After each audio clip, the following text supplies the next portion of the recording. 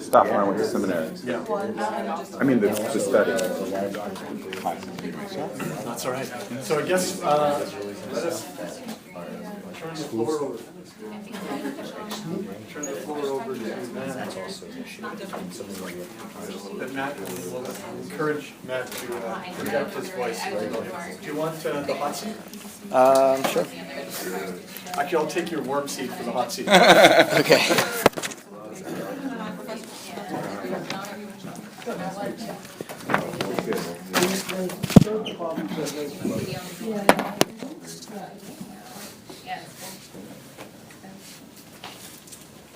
Hey.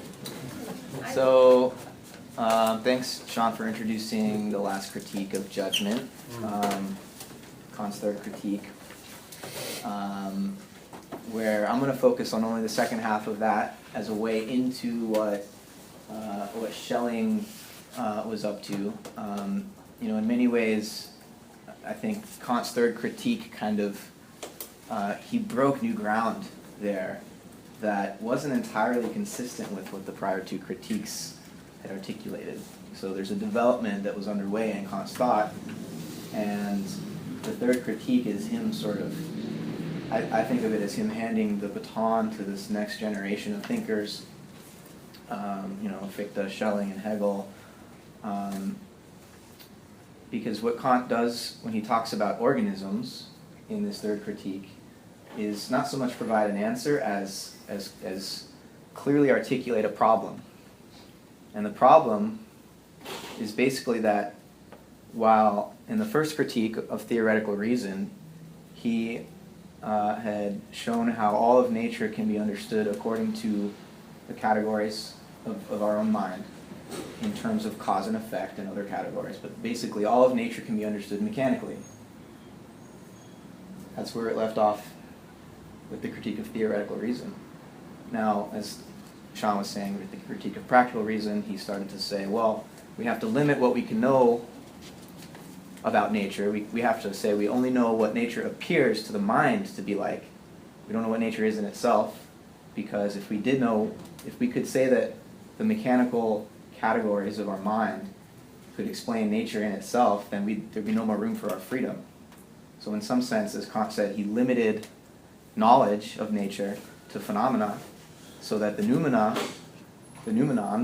the things in themselves, remained beyond knowledge. So he limited knowledge to make room for faith. Faith in freedom, faith in the immortality of the soul, faith in providence, and so on.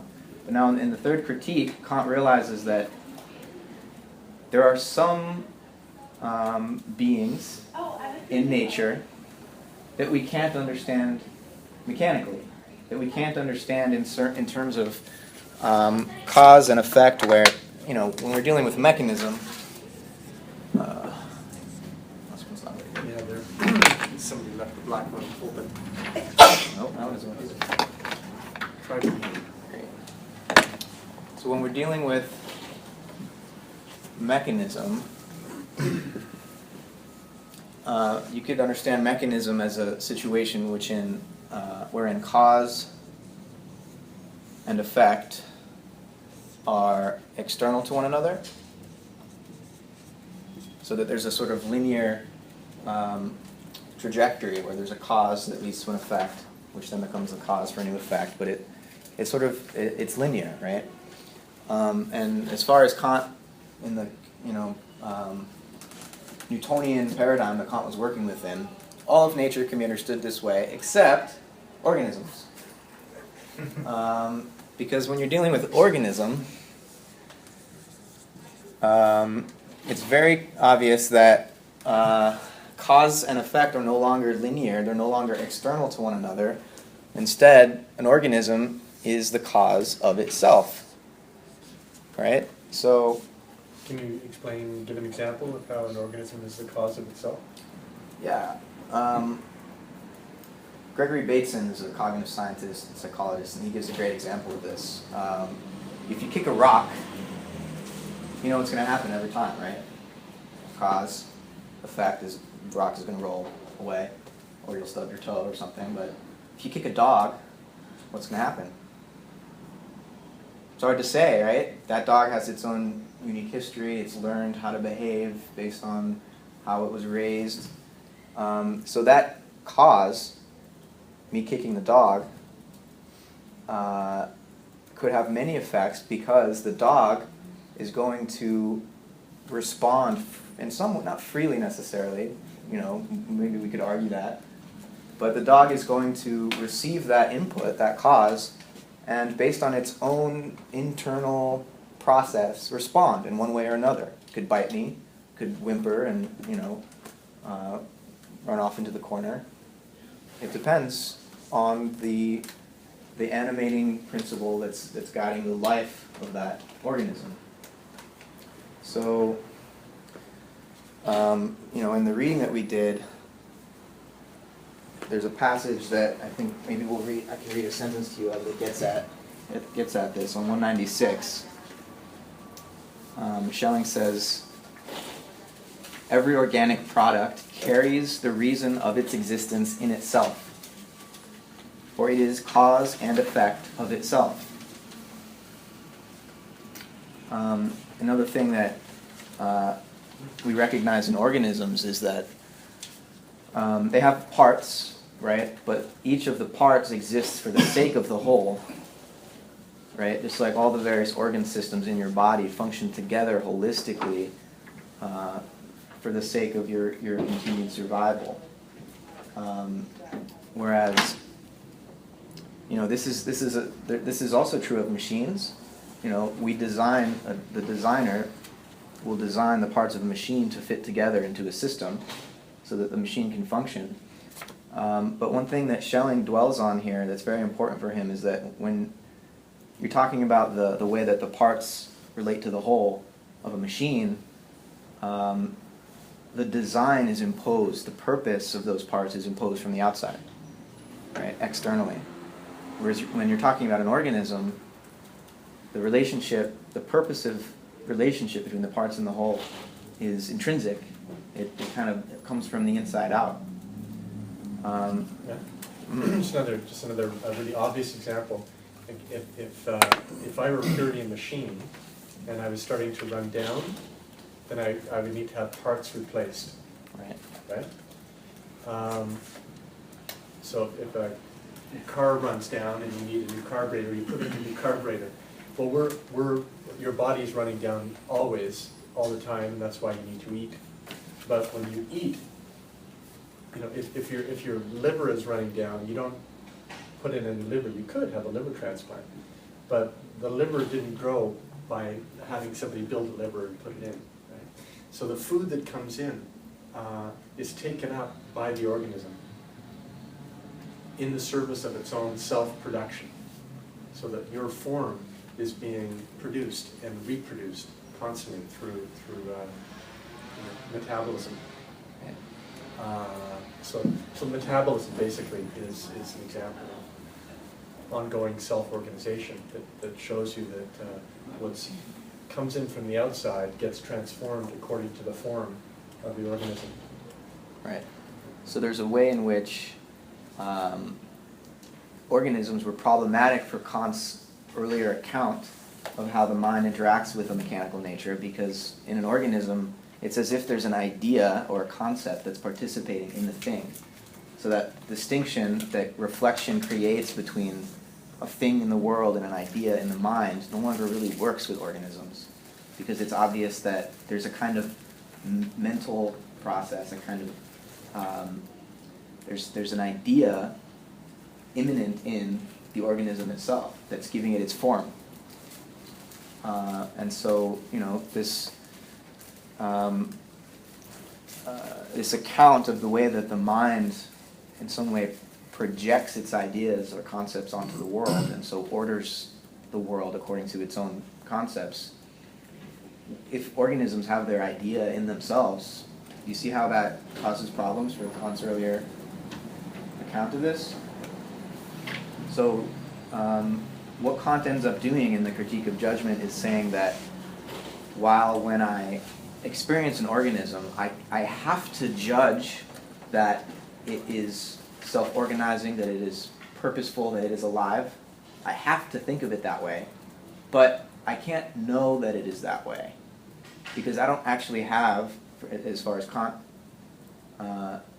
understood, I don't actually have the concept to think matter as organized, matter as alive, right? So Kant used these two, he made this distinction between a constitutive judgment of the purpose inherent in an organism versus the regulative judgment. And for Kant,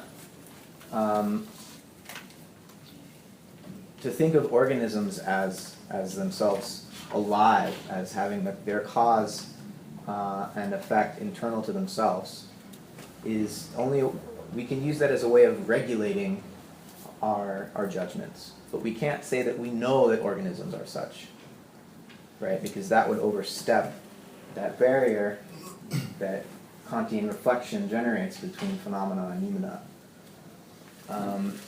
Now Schelling, he wants to say that actually we can say that organism is constitutive of nature. We can say that nature is not just mechanical. And how does he do that? Well,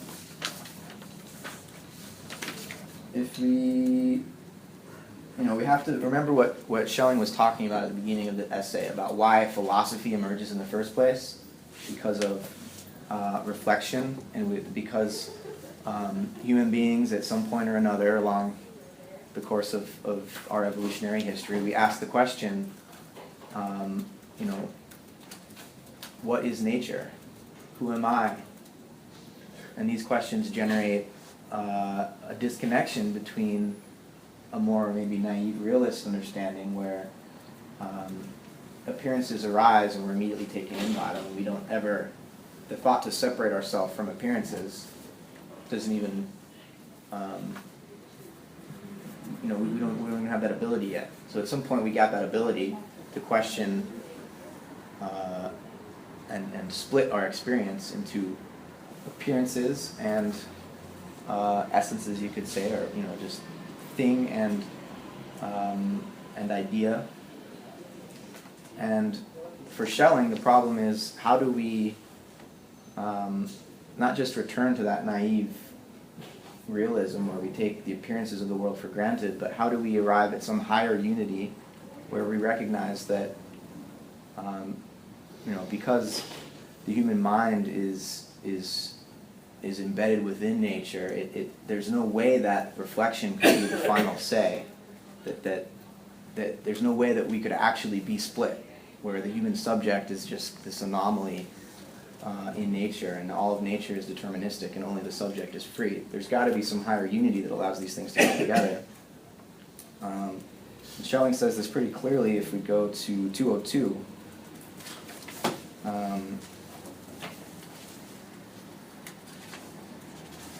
see where I should start here.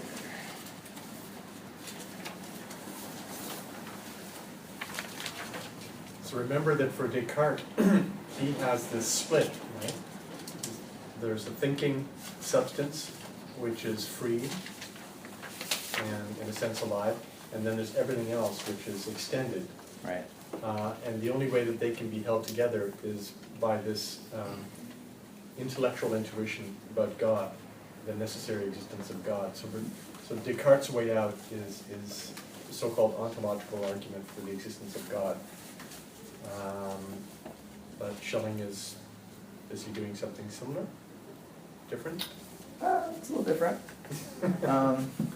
So yeah, in 202 he says, so long as I myself am identical with nature, I understand what a living nature is as well as I understand my own life.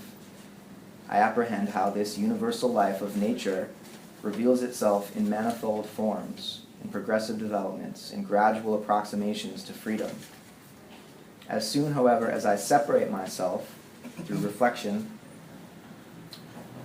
and with me everything ideal from nature, nothing remains to me but a dead object, and I cease to comprehend how a life outside me can be possible. So, when you're dealing with the kind of framework that Kant articulated in his critique of theoretical reason, you can only perceive nature as a collection of dead objects obeying mechanistic laws. And what Schelling and Goethe in his own way were both pointing out is that we can take a different attitude. That first of all, in the past, there was this more participatory relationship between human beings and nature, and that we sort of had this innate capacity to see into the life of things.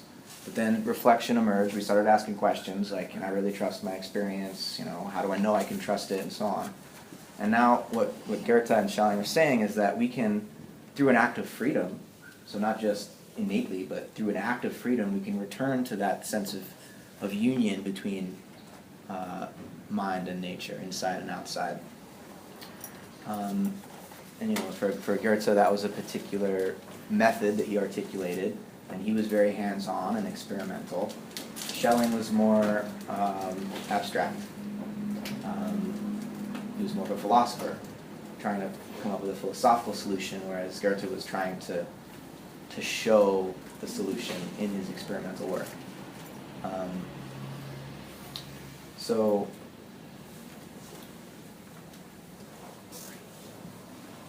you know, one way of thinking about this is, if you know, to understand this trajectory from Newton to Kant and to Schelling, is that Newton, as a sort of just physical scientist, and in some ways a kind of naive realist, he's just asking, what is nature?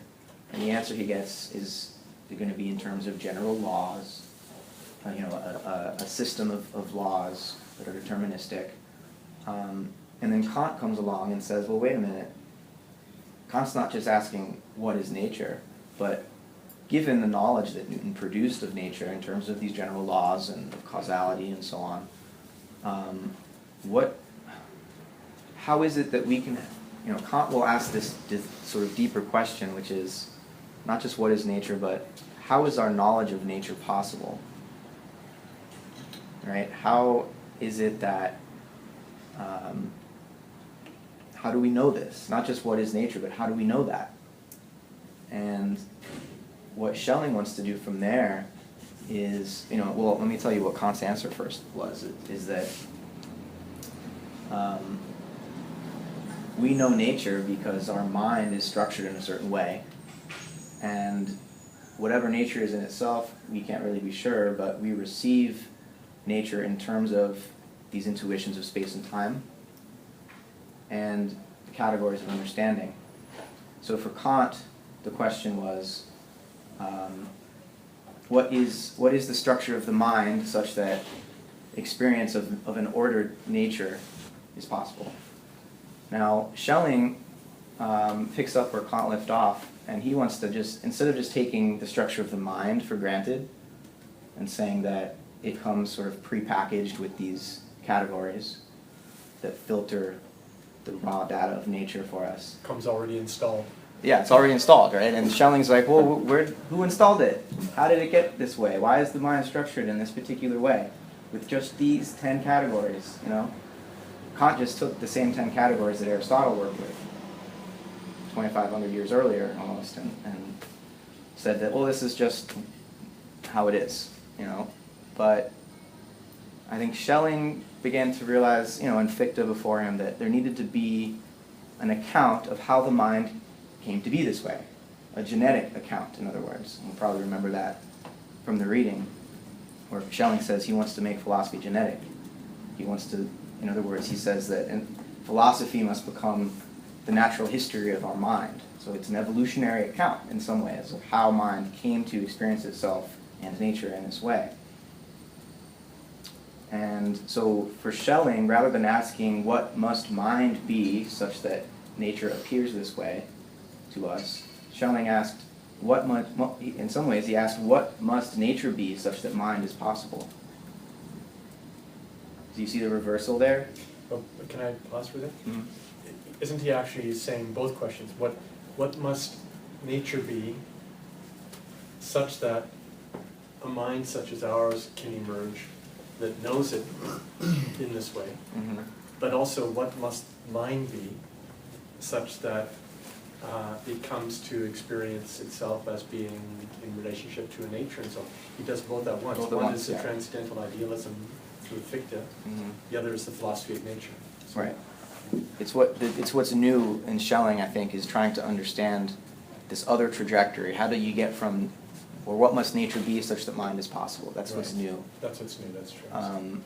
But you're right. He wants to, find the indifference point between these two approaches: the transcendental idealist approach of Kant, which is privileging mind, and then what's nowadays called a transcendental materialist approach, which privileges nature and says, how do you get from nature to mind? And I think this became an issue for Schelling because right around 1800,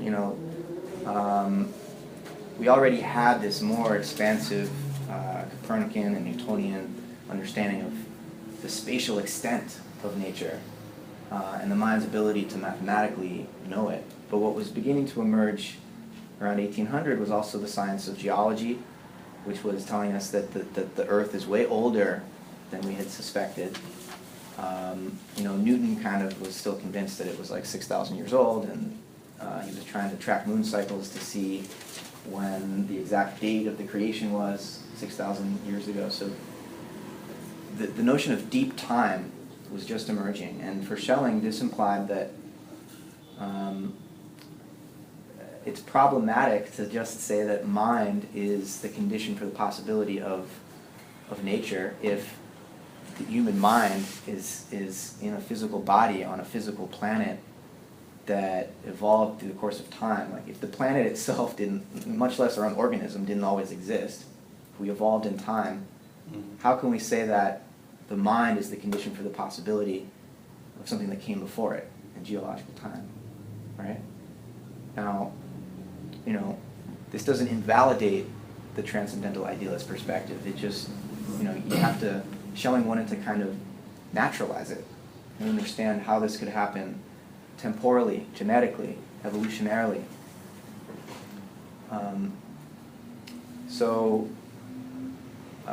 What Schelling wants to do when he starts talking about matter in here, instead of just assuming that there are material bodies, Schelling wants to give a genetic account of how you get a material body, right? And so he talks about these two forces. You remember this in the reading? These two infinite and opposed forces that when they reach an equilibrium point, relative equilibrium, he says if they reach perfect equilibrium, there'd be nothing. They just cancel each other out. So a relative equilibrium, it's from that interaction that you get material bodies. And as a kind of, a temporary synthesis of these opposite forces, right? So this is where, one of the most important concepts for Schelling is polarity. And he wants to see polarity at work at all levels of nature. And so his account of the emergence of matter from these opposite forces is what he thinks must be the case for mind to later be possible. You can't just start with material bodies and expect to get to mind later. It's not going to work. You're always just going to have bodies colliding with one another mechanically. There's no way to explain mind later on in the course of evolution if you started with material bodies. It's always just going to be material bodies. Maybe they're going to be organized in a different way, arranged in a different way, but you're not going to get mind out of that, right? So by talking about forces instead of material bodies, Schelling's trying to preserve more of a sense of continuity between nature and mind. And he talks about forces as something that we feel. Remember that?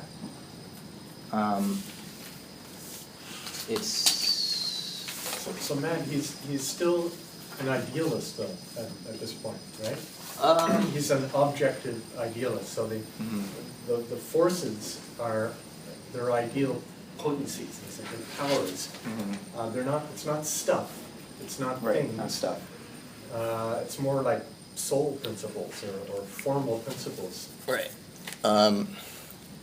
Really important polarity. This is the Spinoza. That he gets from Spinoza. is natura naturans versus natura naturata, which is basically natura naturans is like nature naturing, nature in the process of becoming itself, and natura naturata is nature already natured, nature as a product. So you could think of this as nature as process, nature as product. And to think matter in terms of, something that emerges out of the activity of these forces is to realize that nature isn't just a collection of already finished products, just bodies, but that nature is this generative force. Nature is this activity that gives rise to products. And it's also products. But the thing is, once that split that leads to reflection has taken place, and you get the dualisms between subject and object and everything, the subject can then only see nature as a collection of already finished products. And it reserves this creative dimension of nature for itself. The subject becomes the source of the creative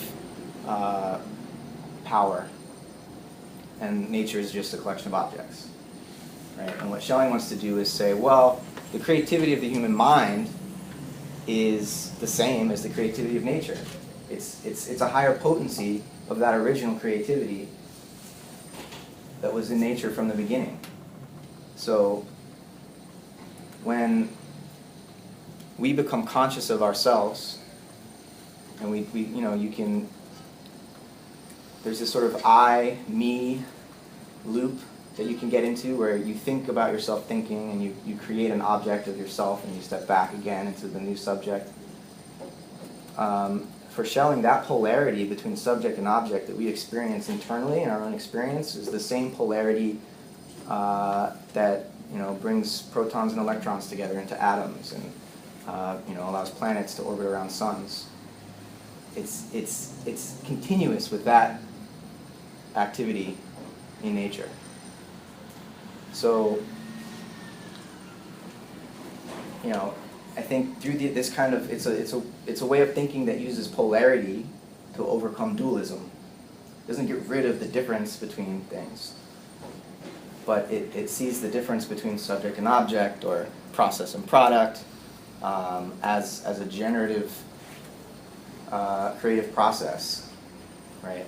Rather than this just dualistic split where you have to have two worlds that are separate from one another. Yeah. Just before, could we have a little air somewhere? Yeah. A window or something? I'll keep Sure, talking. it's really, really loud, but maybe you can open. Oh, that is open. I'm struggling. Okay. Does evil play a part as part? Yeah. Good question. So if that is just a continuous thing, then evil is just a part of that continual thing, right? Or For Schelling, evil emerges because of our freedom as human beings, and the question of evil is one of the more profound aspects of his thought, and I was focusing more on what he did with nature, but Schelling doesn't want to think of evil as just a lack of goodness. He's not a privation theorist about evil just being what happens when after the scheme of emanation reaches its furthest point, whatever's left over is evil, which is just nothing. He's not happy with that. He wants to see evil as a necessary. It's a necessary effect of our own freedom as human beings to will what we want. And when we will what we want egoically, it's evil. When we will in a more universal way, it's good. But he'll say things like, the human being, because we are conscious of our own freedom, he'll say we can only be higher, we can only be higher or lower than the rest of the organic world, than animals and plants and so on. We can be lower in the sense that we can will evil. We can be higher in the sense that we can will good. So the whole question of good and evil doesn't come into play in the non-human realm. It only comes into play when you have a being who can freely choose good on behalf of the whole, universal, whatever, or evil, which is more of this inward-focused, selfish type of an action. Does that make sense? I think you'll see, especially with Hegel, that, and I think it's true for Schelling, that evil will be grounded, like for Hegel, in the principle of difference, which theologically is grounded in the Trinity. And you have a distinction between the first and the second person of the Trinity. But that's another point. Yeah. Doesn't he also, and maybe I was misunderstanding this, in his essay on freedom, and he talks about evil as eventually collapsing because it's pulling away from the center, it's differentiating and trying to eclipse its origin, basically, and so and then not having the power to, like, not being able to overcome the originary ground from which it sprang or whatever. Yeah. It's not so much that it's eclipsed. I think, this is another polarity, good and evil. And Schelling will talk about this same polarity in a number of ways, light and dark, or light and gravity, he sometimes talks about in that his essay on freedom. Yeah. And what we'll say is that this polarity can be overcome by a third thing, a higher synthesis, that doesn't cancel the difference, but creates a kind of an equilibrium. And if the difference was canceled and you just got a simple unity again, there would be no life. So Schelling always, he wants to think in terms of polarities to preserve life, right? So some people, there's dualism and monism, but Schelling didn't like Spinoza because his monism seemed to, it didn't leave any room for freedom, for life, for spontaneity, creativity. So he wanted to preserve that aspect of dualism that creates that tension, but read it in terms of a polarity instead of this just complete separation. So, there's no good without evil, there's no evil without good. And in that dynamic tension between those two opposites, something else, a third thing is generated. But we can never kind of fall back on that third thing as a foundation that's just there necessarily. It's there contingently. It has to always be reestablished. Does that make sense? Yeah. Yeah. I mean, if no one else has any questions, there's one more key point I want to make about mechanism and organism and Schelling's difference from Kant. Whereas Kant thought mechanism was the more general way of talking about nature, and organism was this special case that was kind of problematic and he wasn't sure how to deal with it. For Schelling, without assuming the concept of organism from the beginning, science would be possible at all. Because science must assume the unity of the universe in order to study particular cases and derive general laws from those particular cases. If there's no unity at the scale of the entire universe, we have no reason to believe that our empirical research and experiments in nature could be generalized. Right? So for Schelling, a conception of the universe as organic was a condition for the possibility of science, of knowledge, of nature. For Kant it was too, but only as a regulative idea. Right. But Only as a what? Only as a regulative idea. Okay. Like, we can't think of it but that way, but we can't know nature that way. And Schelling wanted to say, no, we can actually know it. Like that quote I read, as long as we can feel life in ourselves, we know that it must be real. And for Kant, I think he was less willing to admit feeling as a datum, for philosophy. He just wanted concepts. And the only way to overcome this dualism, though, I think, as Goethe shows, is that there's a new attitude towards nature, a new way of opening yourself to the feelings that emerge as you observe certain phenomena.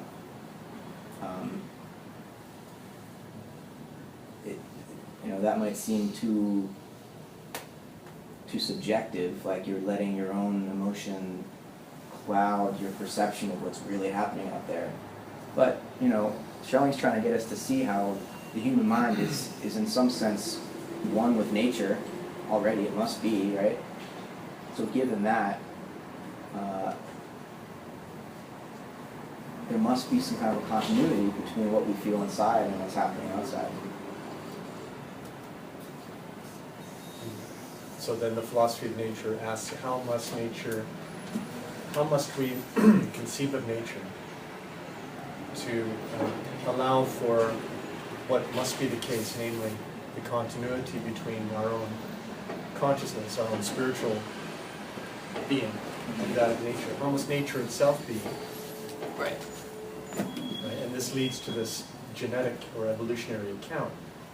So it's really quite brilliant that when you start from this intuition and the presuppose the kind of reflection that Kant has led us to, you're right on the edge, and the next step is to say, oh, I see. Nature must be this process of self-production and evolution, of which what I'm doing now is a moment. Right? So what I'm doing now is not outside of nature, it is nature, coming to consciousness of herself. Yeah. So in other words, for Schelling, he says, philosophy, we have to come to understand philosophy rather than as a reflection by the mind of a nature separate from it. Philosophy is nature itself philosophizing, right? And then, so he'll say, as I mentioned earlier, philosophy is nothing other than the natural history of our mind. And then he says, whoever could write, this isn't in the reading, but something he published a few years later, whoever could write the history of his own life from its very ground would have thereby grasped, in a brief conspectus, the history of the universe. So whoever could grasp their own biography at the deepest level would thereby have grasped the history of the universe. So, it's in some sense this is that old polarity from the Hermetic tradition: as above, so below; as within, so without. He's kind of getting at that same idea that there's this that the mind is a recapitulation of nature, and if we want to know nature, all we need to do is understand our own mind, because they're not separate. And vice versa. And vice versa. Like if we just want to know what the mind is, all we need to do is really study nature. Mm-hmm. So these two things, this is, I think, the brilliance of Schelling. Right. Is that he's able to see the necessity of two mutually contradictory trajectories going on simultaneously in order to be true to an intuition of the whole. Right? And those two trajectories are transcendental idealism on the one hand and philosophy of nature on the other. What they both share is they're both evolutionary, they're both dynamic evolutionary. Yeah. And they're both guided by the intuition of wholeness. But one starts from the object, goes to the subject, the other starts from the subject, goes to the object. Mm-hmm. Yeah. And maybe just on a personal note, what really inspires me about Schelling's thought is that I think he gives us ways of overcoming the philosophical sources of the ecological crisis There are a lot of ways in which, if you look at some of the things that Kant says, like Kant will say, in order to know nature, you must manufacture it. In other words, because Kant limited the knowledge we could have of nature in order to make room for freedom, human freedom, he's privileging human freedom, or practical reason, by saying that if we want to know nature, we have to remake it in our own image, which is what the mind's already doing on an ideal level. But if we want to continue to progress in our understanding of nature, the only way to do that is to engage it technologically and transform it so that it now mirrors our own will. And eventually, we could turn the whole Earth into a kind of a machine, a park, but a well-ordered, rationally designed artifact that the human will has shaped. And I think when you're left with the Kantian dualism, that's kind of the only road you can take. It's the road that human civilization did take. And with Schelling, you start to be able to appreciate the autonomy of nature more, the creativity of nature, as something that is there, independent of the human mind, in the sense that it's not separate from us, but that its creativity, its organic life is independent of our own mind. We don't give life to nature because of the structure of our own mind. Nature is alive, and that's why we have minds, because we came out of nature. We're part of that life. So it resituates us. Schelling's perspective resituates us such that the human being becomes an example of nature's creativity, rather than nature just being kind of this unknown raw material that the human mind shapes and designs according to its own desires. Schelling still has a place for the human at the apex of nature, where still nature becomes conscious of itself, but he still recognizes that the continuity between the human mind and nature. And he complains in so much of his writing about how modern philosophy, since Descartes really, has only an idea of nature. It thinks of nature abstractly and has no feeling for nature. And he wanted to reestablish that connection between mind and nature at the level of feeling, not just as a logical idea, but as a feeling. And this is, Schelling's career takes him through many different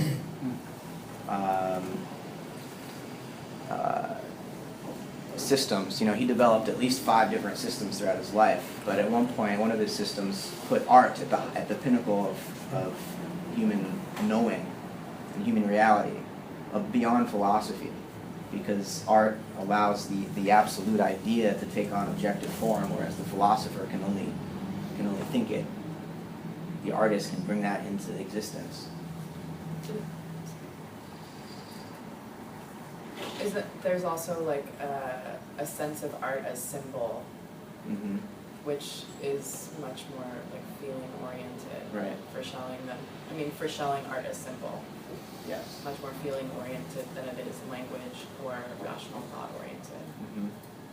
And then nature is art, Right. and art is nature, and then human art as like just one facet of nature. Right.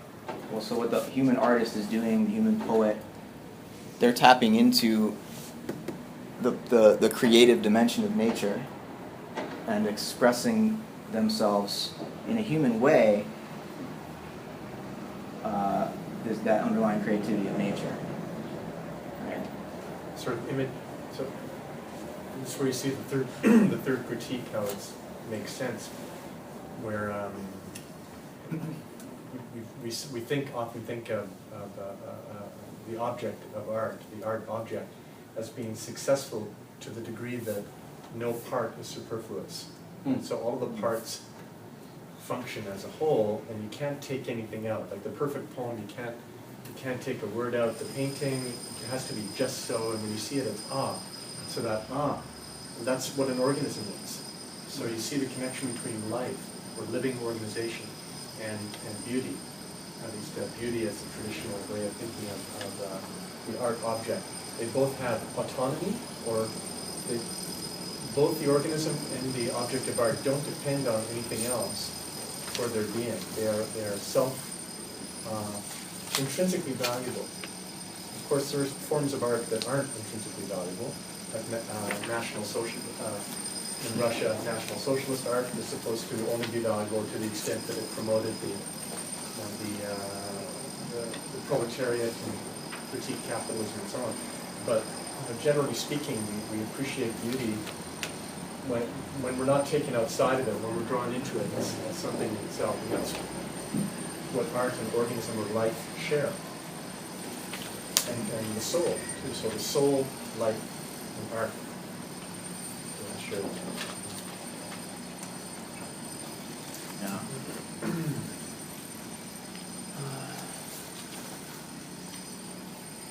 I could say more, but I'm hoping someone's got some kind of confusion or question. Does he give a justification for assuming the foundational reality of freedom?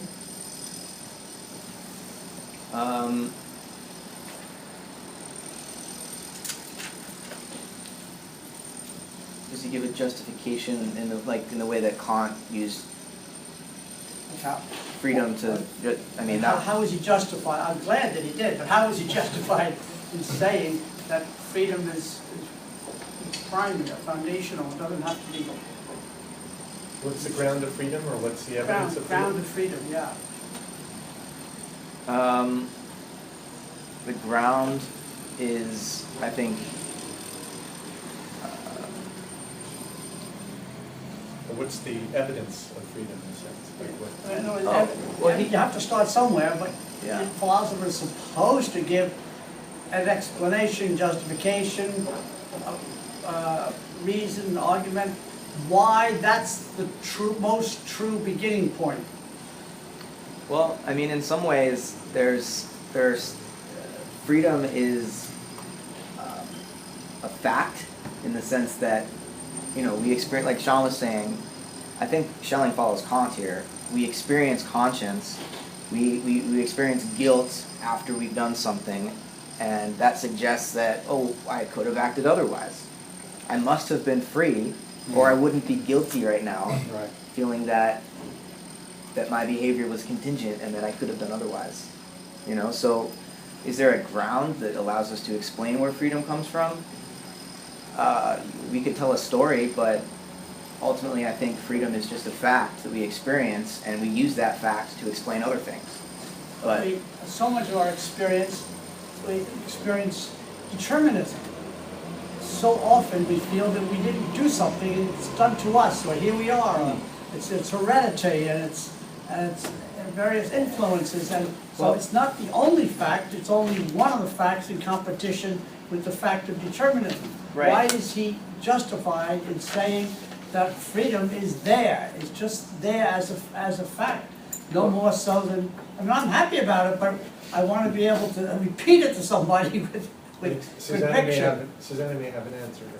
I don't know if I have an answer, but I have an addition to this exploration, I guess, which is that one part we haven't really talked about is how pious Schelling was, and how much of his philosophy almost relied on this conception of God that he had, which went very well with the church. But in his essay on freedom, he has this whole section about how free will is inherent in human beings because of God creating human beings, and God's first act of separating itself from the unground was an act of free will. And then he also goes on to discuss the difference between kind of determinism and undeterminism, or dependence and independence, and how they're not mutually exclusive. And he uses this example of father and the son, where the son is wholly dependent on the father because he's born of the father, but he then has free will to decide who he is, which is kind of mitigated by the way that he's raised. But those choices are independent choices. So that's how I think about his ground for freedom, I guess. Yeah. He also gets at this on 176. He talks about how Asking questions. the fact that we can ask the question of how my knowledge of nature is possible already is evidence of my freedom from external things. Right? 176, he says, top of the first paragraph, in order to be able to philosophize, one must be capable of asking that very question with which all philosophy begins. This question is not such as one can, without further ado, address to others. It is one brought forth freely, a problem self-given. That I am capable of posing this question is proof enough that I am, as such, independent of external things. For how, otherwise, could I have asked how these things themselves are possible for me in my consciousness? So that's the intellectual, theoretical freedom. right. And again, it presupposes Kant's whole demonstration that the mind legislates to nature the very principles for it appearing determined. See what I mean? So nature must appear determined. See that must? But the must comes not from nature, but from spirit. So mind gives the rule, the necessity to nature. Yeah. So in that sense, freedom is the ground, is the primal ground. Mm-hmm. But it doesn't become self-conscious until, it only becomes self-conscious by degrees. We first see it most obviously in the organism, where it is self-organizing. It's not organized by other people. It's cells and organisms organize themselves. Self-organization, that's freedom. But of course, from our perspective, they're not conscious of it. That is, other organisms are. It's only in human organisms that very ground of life itself, which is freedom, starts to become conscious, or can become conscious. So there's a great, nature itself is grounded in freedom. But then its essence as freedom must evolve in order to become explicit. Yeah. Yeah. In some ways, yeah, the ground, the origin of all things is freedom for Schelling, and the end, the telos, is love. But in order to get to love, freedom, is gonna reach this point gradually where subject and object become so separate, where the inner freedom of the subject is held over against the external mechanism of things. And that's when freedom becomes conscious of itself, right? In conflict with this necessity, this mechanism, this everything that must be. Freedom is what can be. And the challenge after that separation has occurred is to find a way through a change in one's attitude towards the object, a conscious change, to move towards love. And like Goethe's gentle empiricism is a great example of this. You could call it loving empiricism. It's a way of looking at nature that pays attention not only to So knowledge as love. Knowledge as love. Knowledge as power. Exactly. Yeah, it's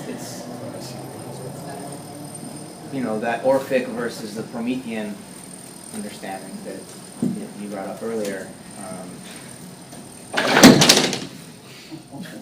There you go. That's Promethean. It's still loud. You've got to find another class, otherwise. Okay, I understand. Okay. Now that we're breathing again, we're okay. Bring in an oxygen tank for Robert. Yeah. So in terms of another difference between Schelling and Kant, for Kant, love couldn't be a guide for moral action because love is an emotion, and for Kant, morality was about duty and objective. It was about a law that reason dictates, and if you act in such a way that you're swayed or motivated in any way by a feeling or an emotion, that can't be good for Kant. The only good action for Kant is one that is purely rational, based on the categorical imperative. You know, that you could will this same action for anyone else and you would still will it. Whereas I think Schelling saw love as the only way for freedom to be good, is through love. And it's not easy to distinguish always, you know, self-love from more selfless love. It's always a challenge, but that's the challenge we're faced with, for freedom to bring us towards love.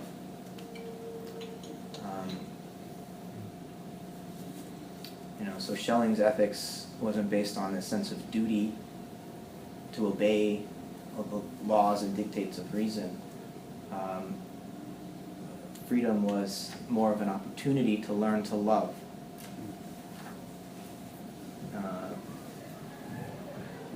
So that's a big difference between those two thinkers.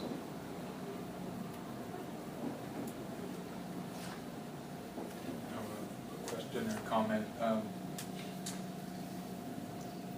don't know much about Schelling, but it seems like his philosophy doesn't have the same sort of objective weightiness to it, and it's like he just wanted to find a philosophy that made him feel good, that justified how he wanted to feel. Yeah. You know, the way you described it earlier was like he wanted to have this in his philosophy. Right. Which is less about like, well, like he just kind of formulated this philosophy that it has no necessarily objective validity beyond him, but he was just sharing what he liked as a philosophy. Yeah, I mean, You know, I mean, I probably worded it that way that gave that impression, that his whole thing is just based on wishful thinking and what he wants it to be like, but I'm sure he argues that this has to be this way, right? yeah, but he also, you know, in that quote I just read where he talks about how, you know, I can't, you know, the question that leads to the emergence of philosophy can't really be, I can't force you to ask that question from the outside. You have to ask it for yourself. And so a lot of times he's trying to direct you back to your own sense of immediate experience and self-consciousness. And so he'll a lot of times talk in the first person, not because he's trying to be subjective and say that this is how I want it to be, so it must be so. He's trying, by example, to lead you back to your own self-consciousness, your own immediate experience, so that you can sort of, you know, it's as if he was saying that there's this gateway to the infinite within each of us, and by referring to his own first-person experience, he's giving expression to his own gateway, but you have your own gateway to the infinite inside, and he can only gesture, you know, he can lead you to the water. Yeah. Can't make you drink it, and unless you drink it, once you drink the Kool-Aid, everything he says is just going to sound like it's subjective. Sure. Yeah. A lot of it was actually second person. There was a lot of you. Mm-hmm. You know, like talking to me. That's a good way to break that barrier. Yeah. Yeah. Mm-hmm. Second person language. Yeah. I have a question that's more sort of coming from all of this rather than directly related to, say, the piece that we read, so maybe you can answer it, maybe you guys can chime in too. But we're talking about, we started this off by looking at like reflection and this idea of a split between subject and object, and I'm wondering, I would like a little bit of validation as to where the split exists, but I would like more so some validation or proof or existence of evidence of where there wasn't a split.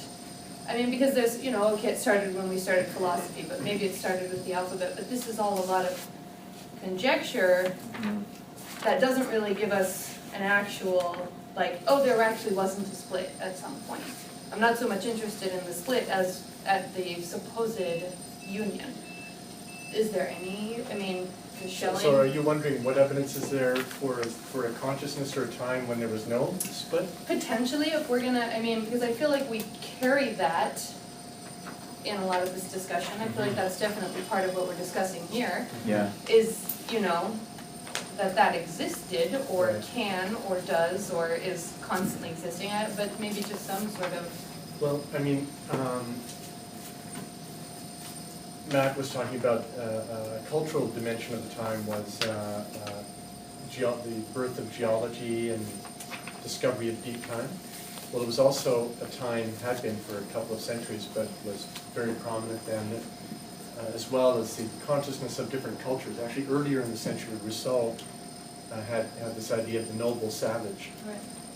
So that what Europeans were doing with their encounter of indigenous peoples, apart from helping exterminate them, sometimes intentionally, often not, just, the smallpox, for instance, wasn't intentionally introduced, but it actually wiped out 80% of the indigenous population of North America before the colonists arrived, even. But one thing that many of the Enlightenment people were doing was, oh, here are these people that don't seem alienated. That they don't seem to be suffering from what we would call depression and anxiety, living in crowded, polluted cities, which is what many people in Paris and London and so on were experiencing. So they thought, wow, here are some cultures that don't seem to be in a state of alienation. So maybe we were all like that in the beginning. And then there was the Bible that spoke of the Garden of Eden prior to the eating of the knowledge of good and evil, where Adam and Eve didn't know that they weren't embarrassed, they were different sexes and so on, and they weren't separated from God. So there was the biblical mythic prototype, there was the at least construction or projection of indigenous peoples, and then there was the experience of childhood, which is the parallel between individual development and collective development. So we all have the experience of children that don't seem to be bothered by good and evil, that don't know any shame. They can walk around naked and, it's all cool. They can take something from somebody and hit them. They don't mind. It's like the adult that has to say, no, don't do that. They introduce basically a conscience. Of course, now there's more research that says, no, there's indications that infants even have empathy hardwired into the brain with mirror neurons, et cetera, et cetera. But at least in terms of our adult sense of conscience and actually the anguished consciousness that we are all familiar with, at least speaking personally as an adult, that doesn't seem to exist in kids. So it doesn't seem to exist in kids, didn't seem to exist in pre-modern, actually pre-European cultures. And the Bible had its method. So I think that's where people got it from. And we also had the experience of these peak experiences or non-ordinary states, usually in the arms of the beloved. But sometimes in nature, where the sense of split or alienation, wouldn't be present. So I think that's where it comes from. But did it actually exist, or how Edenic, or what is its nature? I think you're right. That question gets problematized and complexified by a lot of people. Well, I wonder what anyone would think about reading the cave paintings of Lascaux or other places. I visited them this summer, and so Joseph Campbell makes the point that they are not organized in a frame the way Western paintings are. That they seem to just be all Pre-perspectival or non-perspectival. Non-perspectival. So that's one thing about them that I wonder about. There's that. And then Levi-Strauss pushed against the idea that they were produced to create more prey by saying, well, there are all these predators in the pains as well, so that they're not good for eating, they're good for thinking. That's his great quotation. So then you've got this kind of holistic picture of predators and prey with humans in it, and I wonder about that. So I wonder if that would be the kind of thing you would look at and say there's evidence of a whole that's not subject-object split. Perhaps, but with the way that we're thinking right now, wouldn't just the act of drawing then break that and create that split of subject and object? I mean, I even think of old, like Stonehenge or any of the earliest like astronomical sort of stone and rock sort of formations, that kind of already even that sort of suggests a split, because we're trying to mirror something there, here, and so you're already, but I don't know, I mean, I don't really have much. But this is a difference maybe between a difference and a dissociation. Right, okay, yeah. Or between a distinction and a dissociation. Right. So presumably, I think many people, I think that there is no time without difference. So there is literally no thing without difference. So that distinction is there from the beginning. Right. But when does it become, in Christian terms, a sin? So in the myth, that's when the fall happens. So there's difference in the garden. There's a difference between Adam and Eve. There's a difference between the two trees, the four rivers, and so on. And even there's a difference between all the names of the animal. Every creature on the earth has its own name. Particularly. So there's a complete differentiation of the cosmos in an ideal sense prior to the fall, which is when the split happens. Right. So, what the German idealists are doing in many ways is converting that myth, or the deep structure of that myth, into a philosophical system, to try to go from, as Hegel will say, the level of symbol or representation to the level of concept, where we can actually understand it systematically and systemically. That's what particularly Schelling and Hegel are interested in doing. Holly's good. It feels like we're wrapping up, and I think I'm not from this program, and I think I missed your introduction. I was just wondering who you are. Oh gosh. Yeah, you didn't miss it, or I missed it too. Oh yeah, I'm sorry, I just assumed that everybody knew. True. May I? Sure. Okay.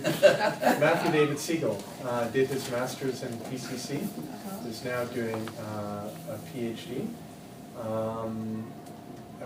Had a presence, a virtual presence online with many hundreds and hundreds of YouTube videos on all aspects of philosophy and the evolution of consciousness, even prior to coming to CIIS.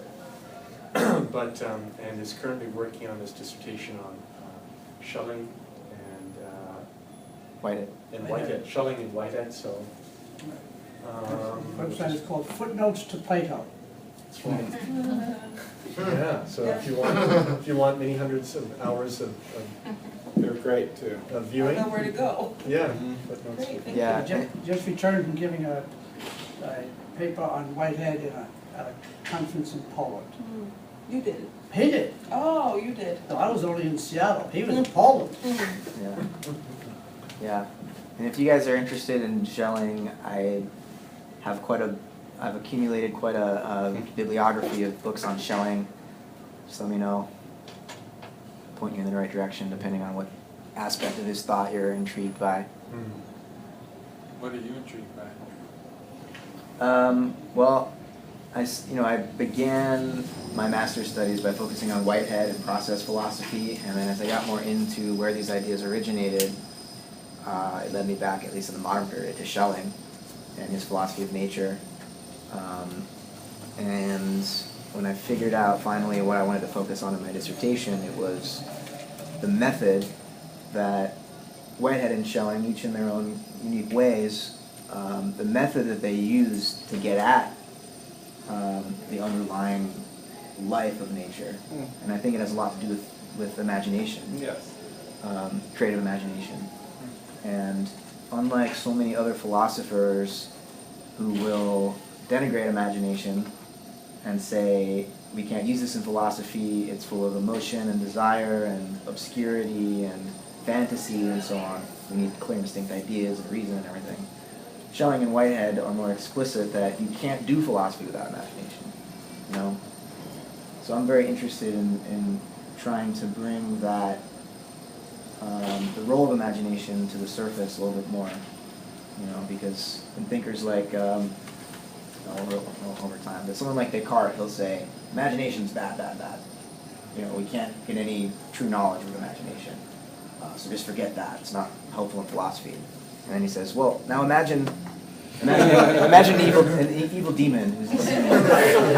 So it's like there's a disconnect somewhere, and I'm trying to get into that, why that happened, and how to get past it. Thank you for sharing today.